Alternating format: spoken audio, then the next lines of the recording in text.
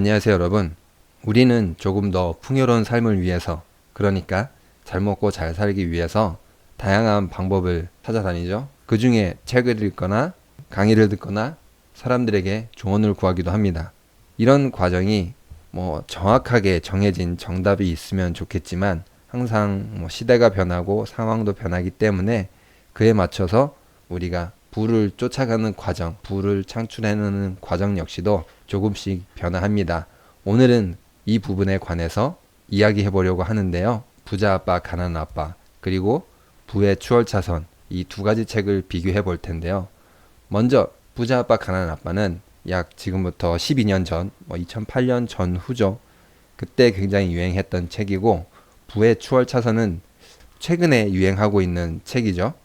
똑같이 부자 되는 방법 이런 책인데 살짝 안에 내용을 들여다보면은 부를 많이 얻기 위한 방법이 조금 바뀌었다라는 것을 알 수 있는데요.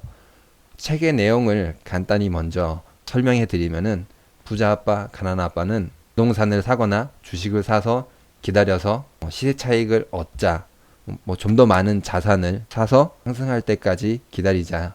상승했을 때 다른 사람에게 팔고 그걸 가지고 또 다른 자산을 사고 그런 식으로 반복한다는 내용인데요.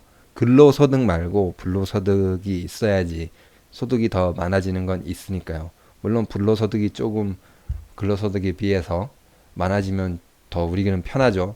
그게 도덕적으로 비난받을 수 있지만 어쨌든 당시에는 이런 근로소득 말고 불로소득, 그러니까 노동을 하지 않고 얻는 소득을 늘려가자. 이 책이 그런 내용을 설명해줬던 책이었어요. 하지만 이 부의 추월 차선은 내용이 조금 다른데요. 여기 있는 주인공은 렌터카 사이트를 스스로 만들어서 고객들, 소비자들이죠. 그걸 확보했을 때 비싼 값에 팔았는데요. 핵심은 돈이 들어오는 시스템을 만들어라 였어요.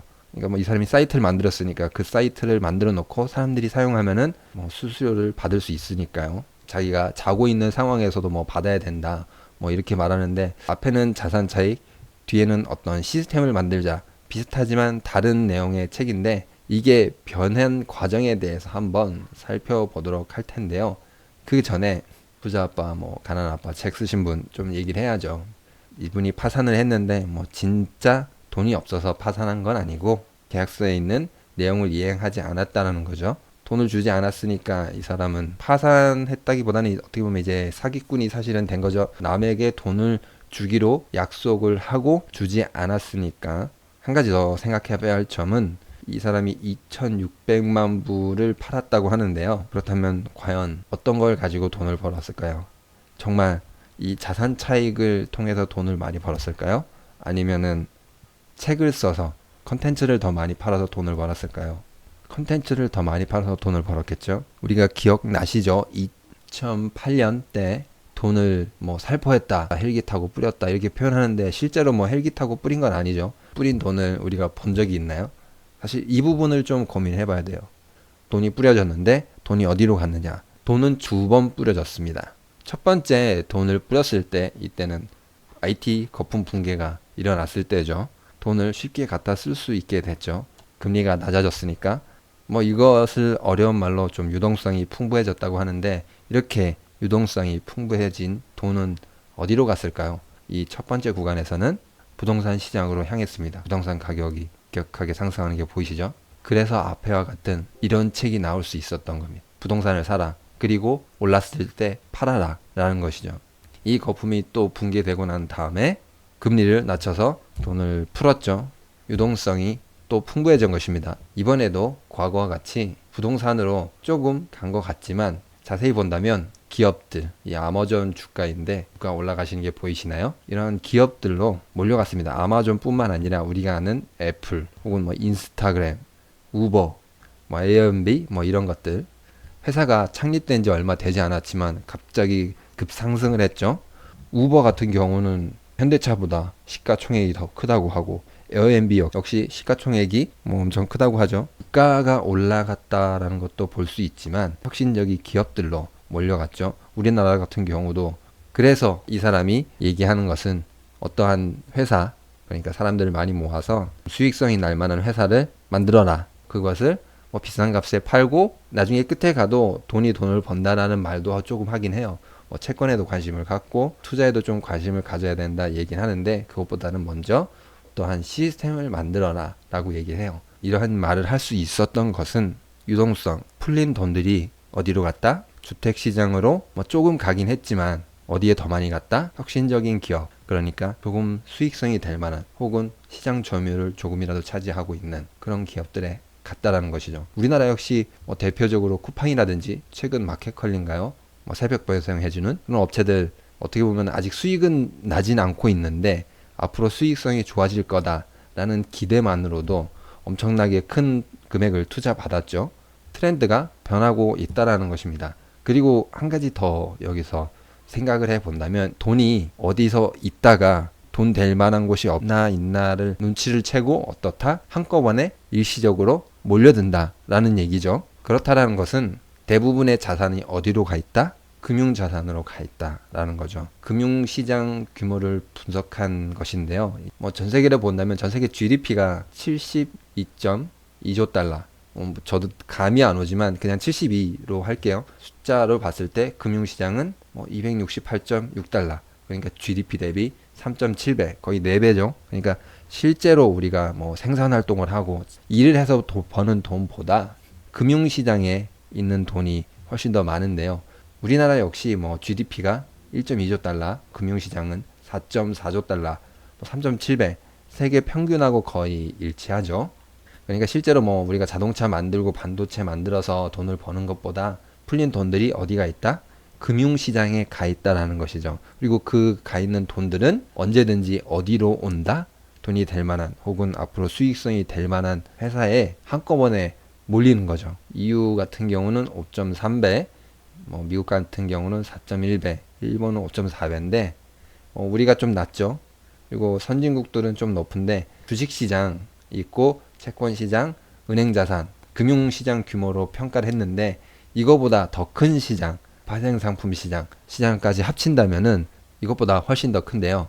규모가 너무 커서 상상도 잘 안 돼서 이 자료를 좀 보여드리도록 하겠습니다. 우리나라의 GDP가 뭐 1조 2천억 정도, 전 세계 GDP라고 할 수 있죠. 그 양이 77조. 우리나라 전체 글로벌 총생산에서 차지하는 비율이 굉장히 낮죠. 글로벌 시가총액, 뭐 상장 기업의 가치가 생산하는 것보다 회사의 가치가 더 크고, 글로벌 채권 시장이 215조, 파생상품, 선물과 옵션 등의 시가총액이 544조. 보이시나요? 이 금액이 우리나라 GDP의 몇 배죠? 500배가 넘는 돈이 금융시장에서 서로 왔다 갔다 하고 있다라는 거죠. 재미삼아 본다면 암호화폐가 6,284억, 그리고 억만장자의 주요 재산이 1조 9천억. 엄청나죠? 부자 압박 가난 압박에서 부의 자선으로 유행이 변한 트렌드에는 돈이 풀려서 어디로 갔느냐, 어떠한 방식으로 가고 있느냐에 대한 트렌드가 변하고 있다라는 것인데요. 과거에는 자산으로 향하던 게 이제는 돈이 몰려다니기 시작한 거죠. 돈끼리 서로 만나서. 또 하나의 특징은 이 돈들이 서로 몰려다니기 시작하니까 어떻게 되냐, 돈끼리 서로 싸우는 약간 그런 느낌이 드는데요. 헤지펀드 시장 규모가 급격하게 상승을 하게 됩니다. 2007년에 잠깐, 2008년 금융위기 때문이죠.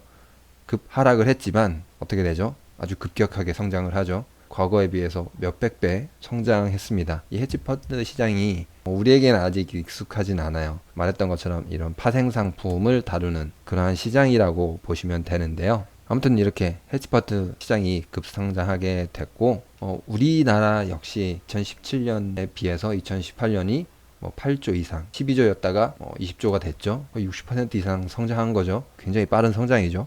2011년에도 2,300억, 2,400억 안 됐던 헤지펀드 운영 자산 시장이 어떻게 했다? 2016년에 5조가 돌파했다. 지금 20조니까 우리나라 역시도 돈을 풀었는데 돈이 어디로 갔다? 돈끼리 만나서 서로 옥신각신하고 있다. 어디 시장에서? 금융시장에서. 그렇다면 뭐다? 뭘 공부해야 되겠어요? 이제는 과거에 공부했던 부자 아빠, 가난 아빠에서 얘기했던 안 될 가능성이 더 높다는 거죠. 이 사람이 얘기한 거는 그래도 어떻게 된다? 가능성이 그래도 있다. 왜? 돈끼리 서로 몰려다니지만 내가 조금이라도 혁신적인 무언가를 발견했거나 기업을 만들었을 때 엄청난 금액의 투자를, 그러니까 돈을 받을 수 있다라는 거죠. 지금 그게 굉장히 유행하고 있죠. 단순히 우리가 돈을 좀 많이 벌기 위해서 그 돈만 쫓기 위해서 이런 책을 보는 것보다는 과거에 비해서 이렇게 흐름이 변했구나 라는 것을 한번 생각해 보자는 것인데요. 이렇게 헤지펀드 그리고 금융시장이 급격하게 성장하게 되면 어떤 지식이 필요하죠? 이제는 경제라든지 금융, 어떠한 회계 지식들이 많이 필요하게 되는데요. 이 부분은 조금 농담 반 진담 반 저의